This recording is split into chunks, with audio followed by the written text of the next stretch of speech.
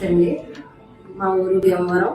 నేను నాకు మ్యారేజ్ అయ్యి 15 సంవత్సరాలు అవుతుందండి. నా వయసు 38 సంవత్సరాలు. ఇంకా నేను చాలా చోట్ల మెడిసిన్ వాడాము. నా పెళ్ళైన కాడి నుంచి చాలా చోట్ల మెడిసిన్ వాడాము. కానీ ఎక్కడా నాకు పిల్లలు పుట్టే అవకాశం ఉన్నట్లుగా ఎవరు చెప్పలేదు. మీరు టౌన్కి వెళ్ళండి, లేదంటే విజయవాడ, హైదరాబాద్ వెళ్ళండి అని చెప్పేవారండి. ఇంకా అలా చూసి విజయవాడ కూడా వెళ్ళాము మేము. ఇంకా మేము ఈ అమౌంట్లో ఎన్ని కట్టుకోలేక కంగారు పడి ఇంకా బాగా తీసుకొచ్చి ఊరుకున్నామండి. అయితే మాకు తెలిసిన డాక్టర్ గారి ద్వారా మేడం శేషాద్రి హాస్పిటల్కి వెళ్ళమని చెప్పారండి.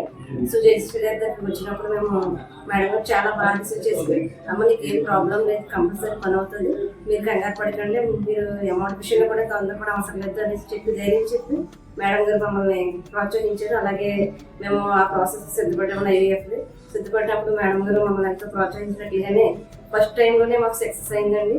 దేవుడు ఇప్పుడు మాకు మంచి కార్యం చేశాడు. నాకు ఇప్పుడు 7వ నెల అండి. దేవుడు నాకు చాలా అంతా బాగుందని చెప్పారు. నెల స్కానింగ్ అన్నీ కూడా బాగున్నాయని చెప్పారండి.